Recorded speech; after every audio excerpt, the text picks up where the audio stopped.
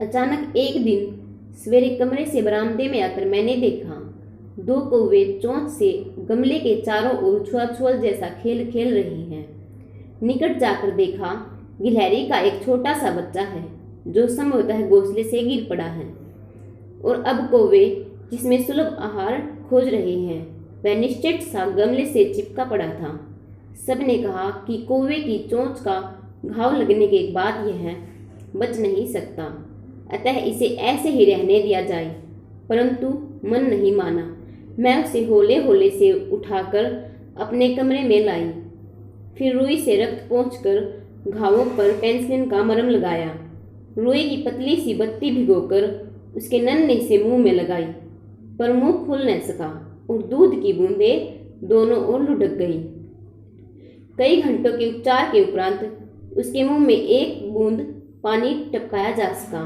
3-4 मास में उसके स्निग्ध रोए, झब्बेदार पूंछ और चंचल चमकीली आंखें सबको विस्मित करने लगी।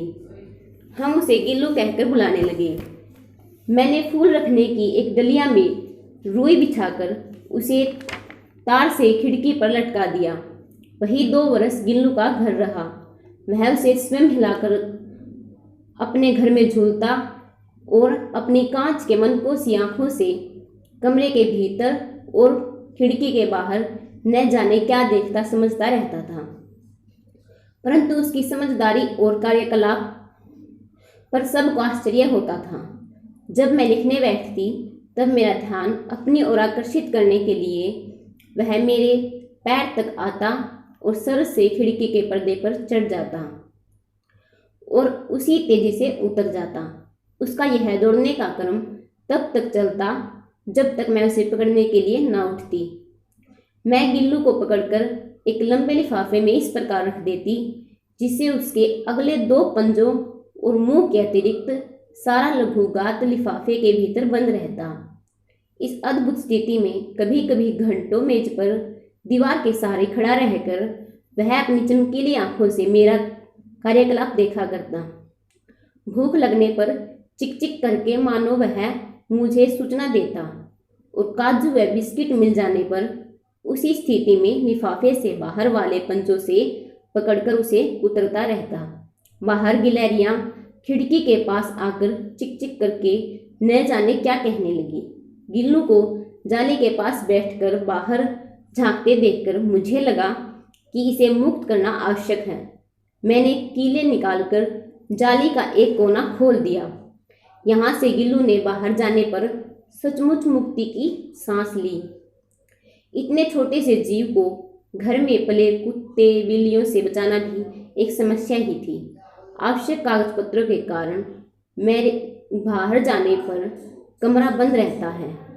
मेरे कॉलेज से लौटने पर जैसे ही कमरा खोला गया और मैंने भीतर ही पैर रखा, वैसे ही गिल्लू जाली से बाहर से भीतर आकर मेरे पैरों से सिर से पैर तक दौड़ने लगा। तब से यह नित्य का क्रम हो गया।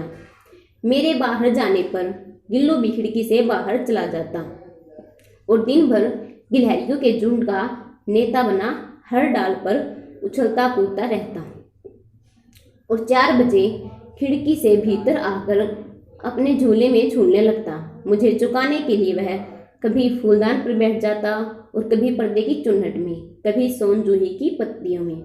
मेरे पास बहुत से पशु पक्षी हैं और उनका मुझसे लगाव भी कम नहीं है, परंतु उनमें से किसी ने भी मेरी थाली में मेरे साथ खाना खाने की हिम्मत हुई है ऐसा मुझे स्मरण नहीं आता। परंतु गिल्लू इन सब में उपवाद था। गिल्लू खिड़की से आकर मेज पर पहुंच जाता और मेरे साथ मेरी थाली में बैठ जाना चाहता। बड़ी कठिनाई से मैंने उसे थाली के पास बैठना सिखाया और वह मेरी थाली से एक एक चावल उठाकर बड़े सफाई से खाता रहता। काजू उसका प्रिय खाद्य था और काजू न मिलने पर वह अन्य चीज़ों को या तो लेना बंद कर देता या झूले से नीचे फेंक देता। उसी बीच मुझे मोटर दुर्घटना से आहत होकर कुछ दिन अस्पताल में रहना पड़ा। सब उसे काजू दे जाते, परंतु अस्पताल से लौटकर जब मैंने उसके झूले की सफाई की तब मैंने उसमें काजू भरे मिले। जिससे यह ज्ञात होता है कि वह इन दिनों अपना प्रिय खाद्य कितना कम खाता रहा। मेरी अस्वस्थता में तकिए पर बैठकर अपने नन्हे नन्हे पंजों से मेरे सिर और बालों को होले होले से सहलाता था। गर्मियों में जब मैं दोपहर में काम करती रहती तो गिल्लू न बाहर जाता न अपने झूले में बैठता। उसने मेरे निकट रहने के साथ गर्मी से बचने का एक उपाय खोज निकाला था। वह मेरे पास रखी सुराही पर बैठ जाता और इस प्रकार मेरे समीप भी रहता और ठंडक में भी रहता। गिलहरियों की अवधि 2 वर्ष से अधिक नहीं रहती, अतः गिल्लू की जीवन यात्रा का अंत आ ही गया। दिन भर उसने न कुछ खाया और न बाहर गया। रात में अंत की यातना में भी वह झूले से उतरकर मेरे बिस्तर पर आ गया और ठंडे पंजों से मेरी वही उंगली पकड़कर हाथ से चिपक गया जिसे उसने अपने बचपन की मरणासन स्थिति में पकड़ा था। पंजे इतने ठंडे हो रहे थे कि मैंने जाकर हीटर चलाया और उसे उष्णता देने का प्रयत्न किया, परंतु प्रभात की किरण के स्पर्श के साथ ही किसी और जीवन में जागने के लिए वह सो गया।